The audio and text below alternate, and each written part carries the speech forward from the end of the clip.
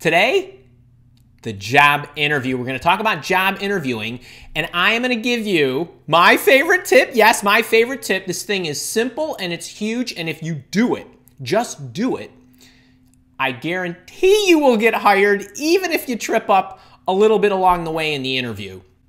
So if you are just jumping into this session, we're in part number 3. Part number 1 was a handful of days ago. We talked about resume writing and more specifically how to put together a killer career profile. We also talked over the weekend, a couple days ago, on job search networking, where I gave you some detailed tactics, the do's, the don'ts, and all that good stuff. If you have not caught those sessions, they will be up for a limited time. I've gone all out for you on this live event. I created a concierge page that I like to call it. It's basically the event page. It shows you the topics, the dates, the times, and all that good stuff. It also has the replays that you can access. You can also get them here on YouTube.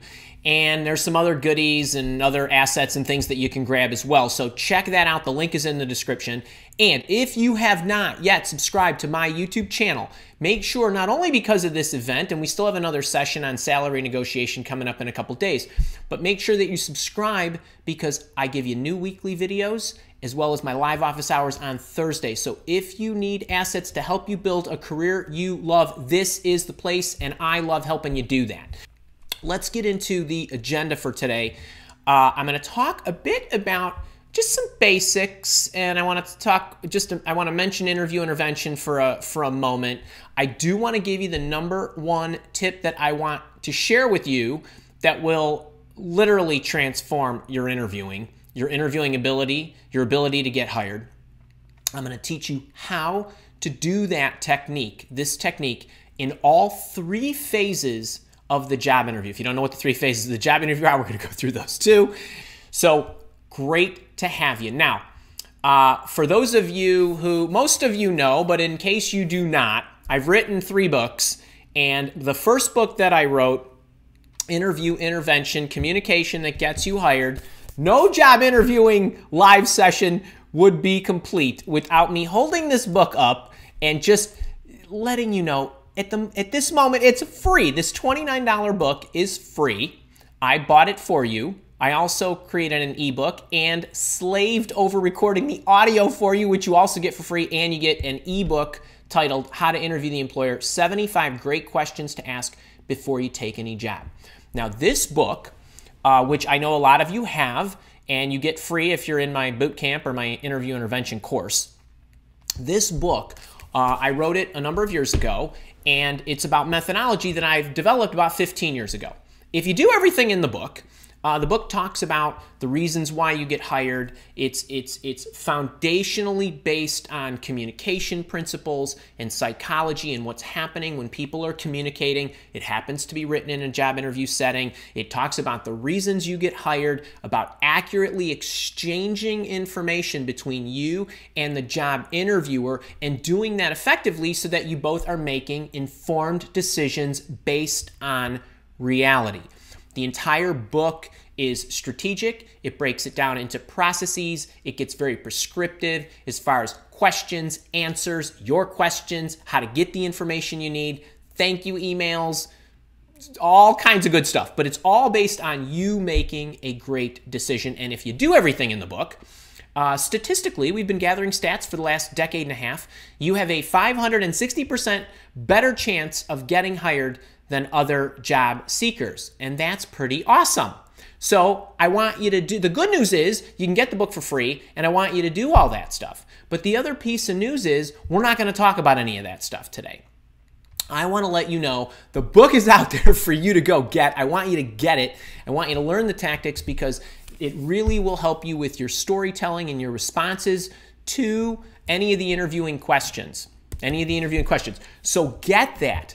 But today, we're going to talk about something even more powerful than reality. Something that trumps reality on any given day, twice on Sunday, always has, always will. Always has, always will. And that's imagination. Imagination. it trumps reality. It's greater than reality, always has been, always will be. It taps emotions, and emotions are simply more powerful than logic. They're more powerful than reality. Our emotions are so powerful that it makes us reshape our logic so that we can talk ourselves into just about anything that we want and rationalize our way to our decisions. Everybody does this. It's human nature. So what I want to do today is I want to show you how you can tap into the interviewer's imagination and position yourself so that they are imagining you in the best light. And if you're able to do that, combined with the interview intervention techniques in the book, I don't know what that percentage is going to be as far as how much better you're going to perform than the market, but I'm guessing it's more than 1,000%. So that's what I want to talk about today, because imagination trumps reality. All right, so let's get into this. Let's get into this. When you are in an interview, sorry, I'm really parched today. When you are in an interview, you want to think about the role you're playing, and at that moment, you're the chief operating officer of your job search. Until you get that interview, you are the chief marketing officer of your resume and bringing yourself to market. And when you get in that job interview, the role you're playing is salesperson, and you are selling yourself, as is the company to you, but you are selling yourself so that the employer will ultimately buy you. And once they buy you and you become an employee, then you turn into a service delivery person or a customer service person where you actually fulfill whatever it is that they're paying you for. And if you think about the best sales people, they're not the ones that understand the script of what it is that they're selling, or all the product features and all the niceties of what the service is or the product is. They're the ones who can actually help you think about your future and your transformation. They're the ones that get you to think forward about the art of what's possible. When you see those pictures, I don't know, on advertisements or whatever, and you got the guy pulling out his hair and his desk is all cluttered and he's trying to work and he can't figure it out. And then you see the person on the beach sipping the pina colada under the sun, on the sand, and they say, "This can be you." That's what I'm talking about, is getting someone to imagine what's possible. So when you are in the interview, that's your job, is to think about, how can I show them what's possible? Now, in doing so, the easiest way for you to think about how to do that and to remember, and what your cue is to think about this one word. Just think about this one word for me, and it's their future. It's their future. It's their future. The interview ultimately hinges on their future, not your past. So let's talk about that a little bit. What happens is, a lot of us, we get into these interviews and we spend a lot of time trying to convey our credentials. We talk about our past projects, all that good stuff, where we're spending a tremendous amount of time talking about our past. And when you're talking about your past, the interviewer is in evaluation mode. And it is a huge, huge stretch for that interviewer to draw the conclusion between your past and their future, because there are entirely too many variables that they're dealing with at any moment in time. This is how you did it in your environment. And while your logic sounds sound, okay, and you sound like you know what you're talking about, it looks like you know what you're doing, you're recalling it effectively, but our environment's different. Our environment's different. I don't know if you can actually do it in our environment. So the more time you spend in your past, and the more time they spend in evaluation mode, generally speaking, not always, but generally speaking, the interview is going less good. It's going less good the more time you spend in your past. And what you need to do is you need to get it into the future.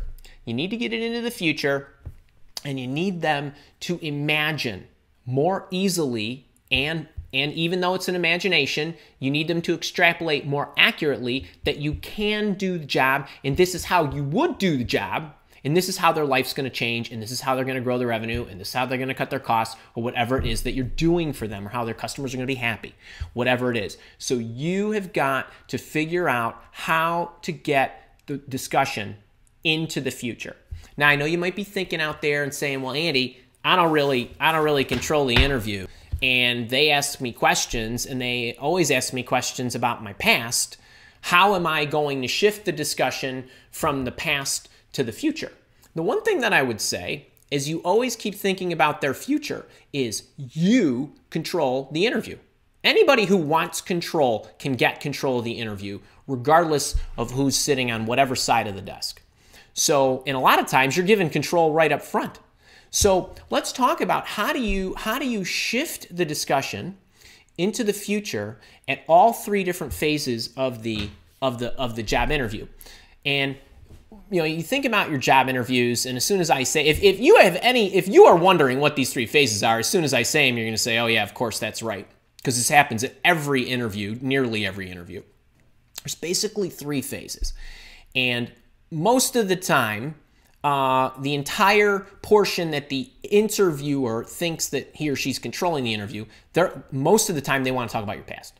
So usually the first phase of the interview is the tell me, walk me part, right? So tell me about yourself, walk me through your resume, so on and so forth. Well, in the tell me, walk me portions of the interview,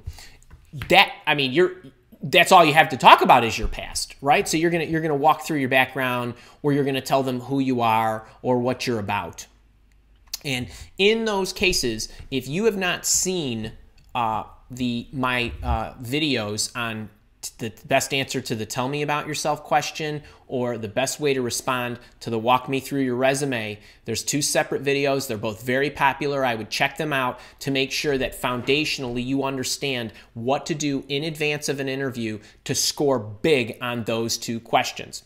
And a big part of scoring big on those questions is doing your homework. And that actually is germane to today's discussion, is because you can actually blueprint this tip I'm about to give you. So when a lot of times when the interviewer initially is going to turn the control of the interview over to you with the tell me about yourself, because now you own it, you can say whatever you want, or walk me through your resume, you can choose to spend whichever amounts of time you want on whichever portions of your resume you want. This is where, as you are preparing for the interview, the one thing that you can do in order to make sure that you can shift the interview into the future, you don't always need to do it right at the moment, but I like to tell you to drop the hint about the future. So here's what I mean specifically.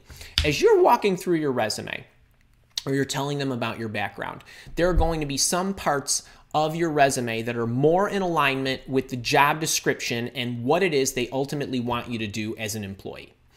In those particular areas, I want you to spend more time explaining what it was that you did. So if you did a project last year that's very much analogous to what you need to do in this future job at their company, that's where I want you to spend more time, and then I want you to kind of skim across things that aren't as relevant, and then I want you to spend more time on the things that are.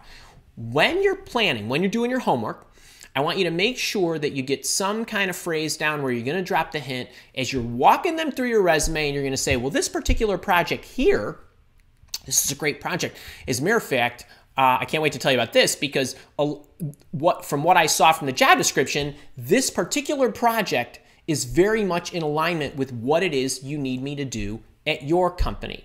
So when we get to the point where you're going to ask me, I'm sure you're going to ask me some questions, I'll love to talk about a scenario where this is applicable to your environment and how I might be able to apply the skills and experience that I learned in your environment. Because the moment you can shift the discussion to how you will or what you would do, that immediately sends the discussion into the future. And now they can start imagining how it is that you would accomplish what it is they need you to do in their environment. So I'll be really eager to talk about how I can apply this particular experience to what it is that you'll need me to do. So you drop the hint.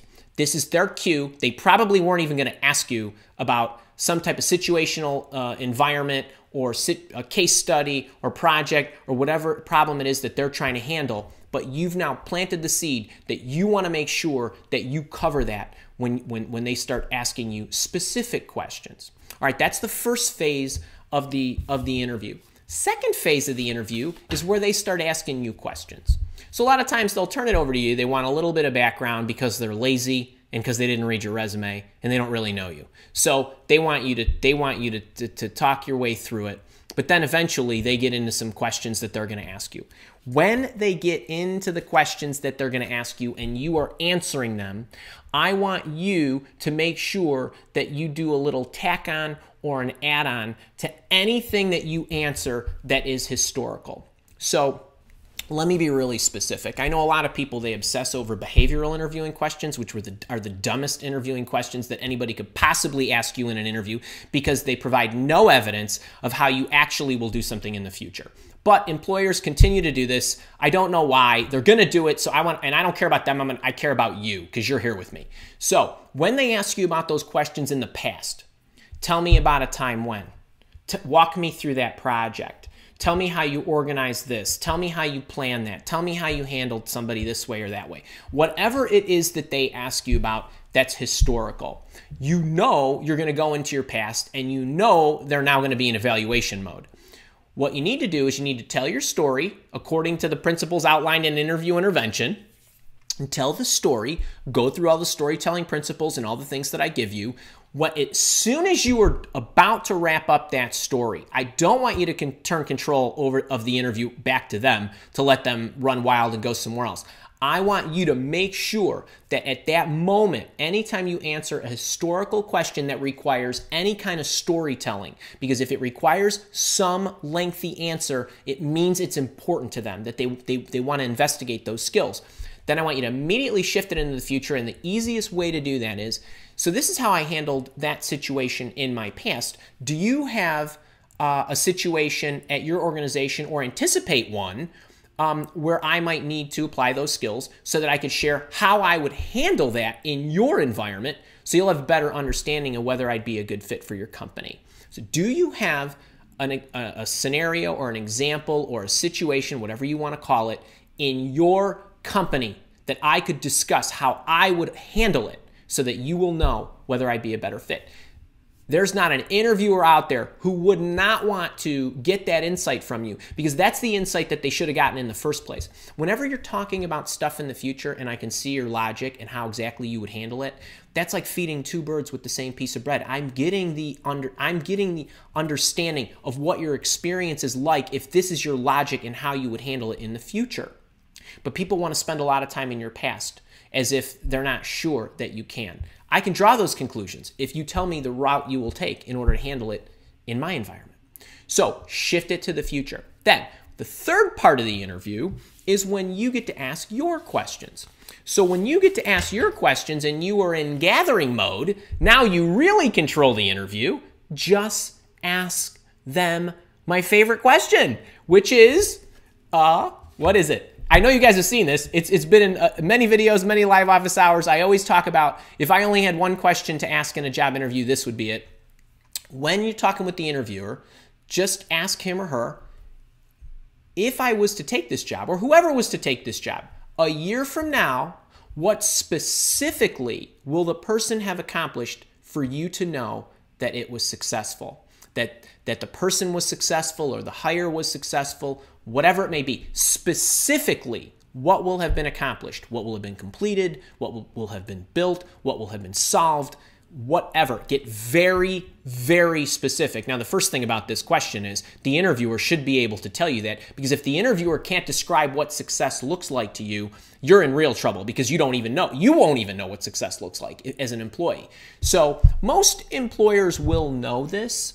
So you want to get them to tell you what that is. Now, if you have the opportunity during your question asking period to then tell them how you would accomplish that, that's cool.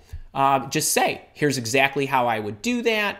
You know, I'd like to pause my questions for a second, but I think it's worth me sharing. Here's how I would go about doing it if you've not done that already. But I realize that sometimes it's not always appropriate and you don't always have as much time. You know, sometimes they only leave you a few minutes at the end. But if you have the time, go into the story of how exactly you would do that. If you don't have the time, make sure to take some good notes, and in your next interview with whoever that might be, or another round with this particular person, if you're going to have a second interview, whoever it might be, make sure you are describing how you would accomplish that. Bring that up in some way, shape, or form. It's my understanding that this is what success looks like. I'd love to discuss how I would approach that. And I think that that's valuable for us to discuss. It will show you what I will do as an employee, but it'll also help me better understand how I could go about this, and you could see, you know, whether I have the skills and experience. You can also clarify for me what the expectations are in the role. So that's my third fair way. So if you think about this, when you're walking somebody through your resume or you're telling them about yourself, make sure you drop the hint. So let's just review these really quick. Make sure you drop in the hint that, hey, this seems like it's going to be an important facet of the job. I'll really be looking forward to when you're asking me questions if we could discuss a specific scenario in your environment where I would be able to apply these skills or experience so you know how I would handle it in your environment. That's dropping the hint.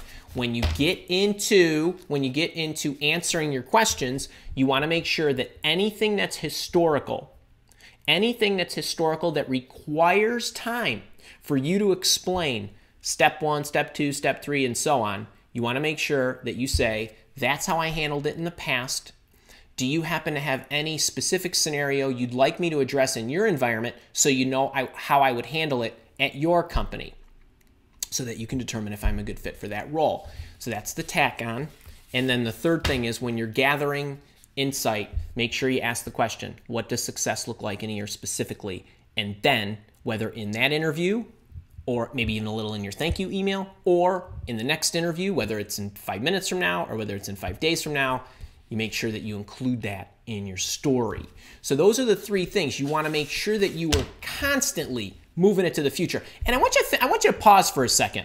I know a lot of you out there, we got job changers, the salesperson who's working at a company who wants to move to another company. It's powerful for you. But think about if you are a young professional or a college student coming out of school. Think about this. You're a career changer. You don't have the requisite experience. Not always. And it's you know, I've coached you to make sure that you connect the dots on the capabilities and draw those and make those parallels and those analogies from what you've done to what they need. But imagine, the faster you can get the discussion into the future, the more effective your interviews will be, because what they're really looking for is, do you have the right approach? Do you have the right logic? What raw material am I getting in this person who doesn't necessarily have the hardcore skills to do this job? That's all I ask. When I'm coaching somebody and they are wanting to change careers, that's all we do. What career do you want to go into? All right, well, let's talk about that. How would you approach that? How will you tell your stories? How would you solve those problems in the future? And the more you're doing that, the better the interview will go. Very, very powerful stuff for those without the right level of experience that somehow were able to market themselves effectively to actually get the job interview. So I hope that helps. What do we got? 24 minutes. That's not too bad. If you're liking this, what do you say? Give me the thumbs up on the video.